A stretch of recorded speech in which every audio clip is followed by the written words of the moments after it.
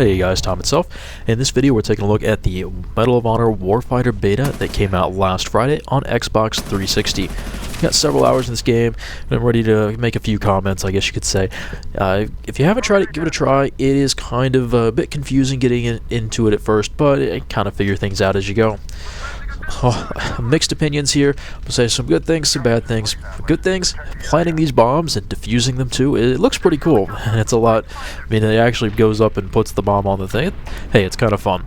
The aesthetic is definitely unique. I don't know why they chose such a dark map for the beta. I mean, it's got enough lighting, but it's still rather dark, and I definitely had to turn up the gamma.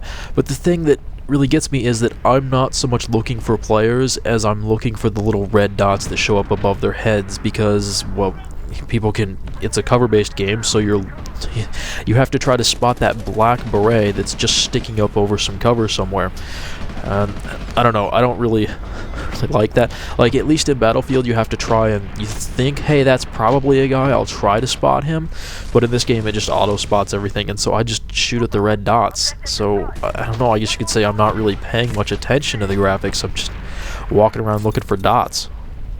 Oh, I'm not sure how that affects the hiding with your feet sticking into a wall that you see some Battlefield people doing, because you don't know if it's a dead body or not, and so you walk past it, and it turns out it's actually a guy with his feet inside a wall. I never really appreciated that. But again, this is on Frostbite 2, same thing as Battlefield, so the pros and cons of that, and honestly it's mostly cons at this point, because as you can hear there, the sound bugs out all the time. It sounded like I had the semi-auto grenade launcher when I had my when I had my submachine gun up. I think that's whatever gun that was.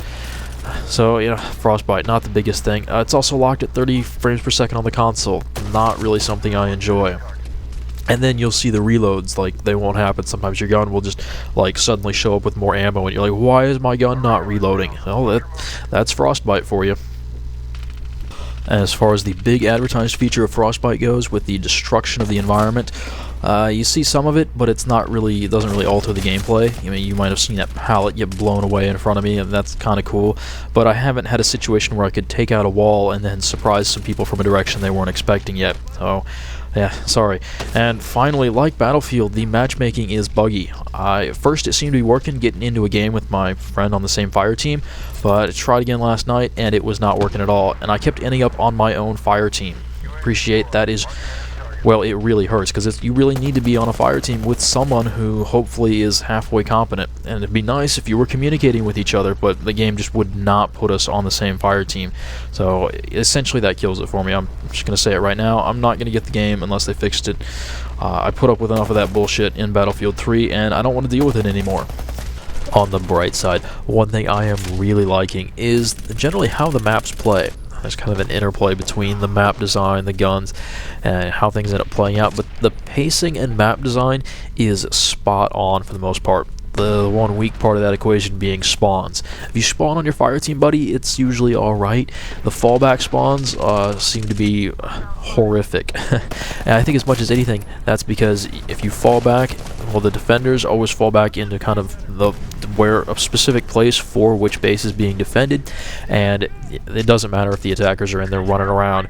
You can't push them out of that spawn. That would be how you would play Sabotage or kind of Headquarters in a Call of Duty game, which is kind of what this is like at the same time, or demo even. But here you can't push them out of the spawn so much, and that leads to, I think, a lot of the issues we're seeing. So again, you need a fire team buddy, otherwise things get pretty nasty. But for the most part, the map design is fairly good. There are lots of interesting areas to fight around. There's not just one central area on the map that's like, you should go and fight here. No, and that's because they've got those objective points all over the map, and as the objective moves, each of those zones becomes a new area to fight in. So you kind of move around the same map, but you end up seeing different parts of it. I really like that. And to the general pacing, I'm getting normally, 3, or so gunfights a minute, and that's a fairly sweet spot for me. I kind of like that. Battlefield was a bit slow, averaging around 1. Honestly, I found Black Ops to be pretty fast in that I would see 5 to 7 even on a map like. But we don't need to talk about Black Ops. We need to talk about dismemberment.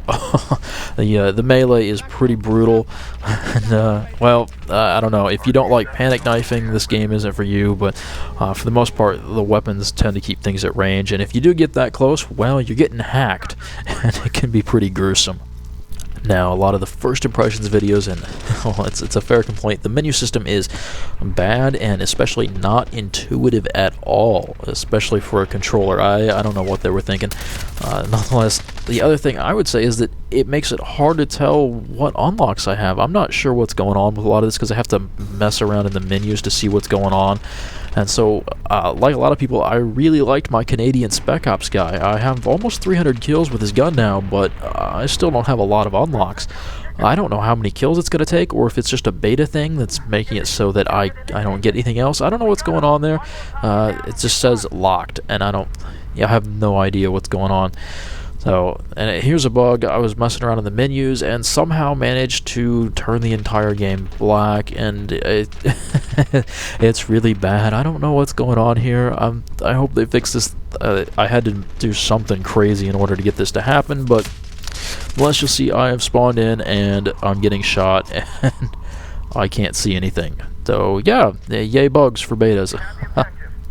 It did take, probably almost half a dozen games to figure everything out, but one of the things I wish I'd known sooner was that if I walk up to a teammate and hold X, it will resupply and heal both of us completely. It's really useful. That's the other thing about having a fire team buddy, yeah, it would be really nice to have a fire team buddy, wouldn't it? God damn it. You'll see here I have somehow managed to do something with the menus and basically make the game entirely black. And I actually try to wander around because I'm like, well, if the red dots show up over people's heads, I think I could actually play like this, but it turns out keeping my head level, I'm probably looking at the ground or the sky right now, it was not working out for me. So I'm kind of like looking at the minimap trying to, didn't work. Again, it's a beta, you expect some bugs. This was just kind of a surprising one. I did actually try to play like this for a minute before I gave up and quit. Anyway, just some opening thoughts on the beta. I'll probably post a couple more videos with maybe a little more detail, but I don't know. I think I just want to get to playing this while it's still out there. I kind of doubt I'll play it. I'll end up buying it. I will play it. Beta. So we'll see. Anyway, guys, thanks for watching, and I'll catch you later.